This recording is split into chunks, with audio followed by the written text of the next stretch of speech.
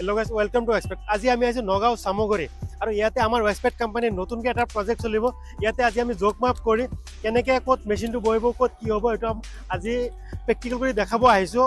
যেহেতু আমি ইয়াতে ছেটআপ এটা দিম, ইহঁতে ভালকৈ নাজানে, একদম একো নলেজ নাই, নথকাৰ কাৰণে আমাক মাতিছে আজি বস্তুটো কেনেকৈ কি কৰিবলৈ বুজ ল'বলৈ।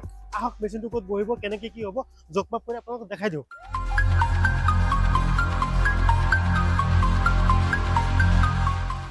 আৰু আমাৰ Westpac কোম্পানীৰ যিটো হাইড্ৰলিক লিফ্ট আছে TRP বাটাৰফ্লাই লিফ্ট, এই লিফ্টটো ইয়াতে ইনষ্টলেশ্যন হ'ব। আৰু ইয়াতে আমি জোক মাপটো অকণমান কৰিছোঁ আৰু বাকীখিনি এতিয়া ভিডিঅ'ৰ সহযোগত দেখাই দিম। এইটো আমি এটা নৰ্মেলি মেজাৰমেণ্ট কৰিছোঁ। ইয়াতে আপোনাৰ গাঁতটো হ'ব, গাঁতটো খান্দাৰ পিছত যোনটো আমাৰ পাৱাৰ পেক আছে আপোনাৰ 9.5 ফিট, এইটো তলত ইনষ্টলেশ্যন কৰিব লাগিব, তলৰ পৰা উঠাই আনিব লাগিব। তাৰপিছত আৰু মেচিনেৰী বা ষ্ট'ৰ ৰুমৰ কাৰণে এটা ইয়াতে অলৰেডি ঘৰ বনোৱাই আছে।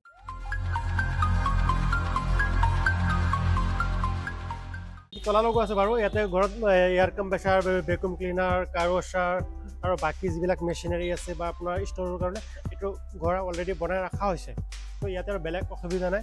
বাকী ৱেল্ডিংটো বাহিৰতে বহাম। এতিয়া আমি ইয়াতে জোখ মাপটো নৰ্মেলি কৰিলোঁ, চাব পাৰিছে, আৰু মাটি চাটি কাটি ৰেডি কৰি ৰাখিছে। আৰু এফালে যদি কেতিয়াবা গছ চছ কাটিব লগা হয় তেতিয়া নেক্সটত আৰু কটাও যাব যদি জেগাখিনি কম হয়।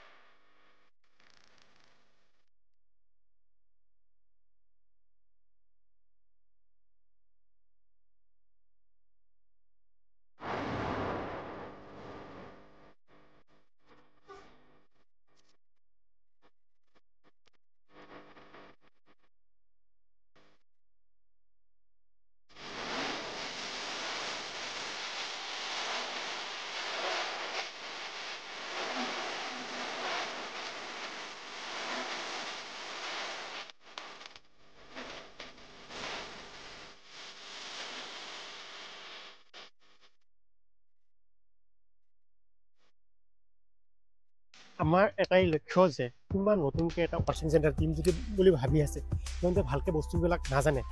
নজনাৰ কাৰণে আমি ডাইৰেক্ট প্ৰেক্টিকেল কৰি ফিল্ডত আহোঁ, কোনটো বস্তু ক'ত ফিটিং হ'ব, কেনেকৈ হ'ব, আমি কাষ্টমাৰৰ বস্তু লওঁ। আপোনালোকৰ যদি এনেকুৱা কাৰ ৱাশ্বিঙৰ এটা বিজনেছ ষ্টাৰ্ট কৰিম বুলি ভাবি আছে, ক'ৰ পৰা মেচিন পাব, ক'ত কেনেকৈ কি হ'ব আপোনালোকে নাজানে, তেতিয়াহ'লে ডিছপ্লেত চলি থকা আমাৰ Westpac কোম্পানীৰ অফিচিয়েল নাম্বাৰ হয়, তাতে এবাৰ যোগাযোগ কৰি বা কণ্টেক্ট কৰি আপুনিও এনেকুৱা বিজনেছ এটা ষ্টাৰ্ট কৰিব পাৰে। ধন্যবাদ।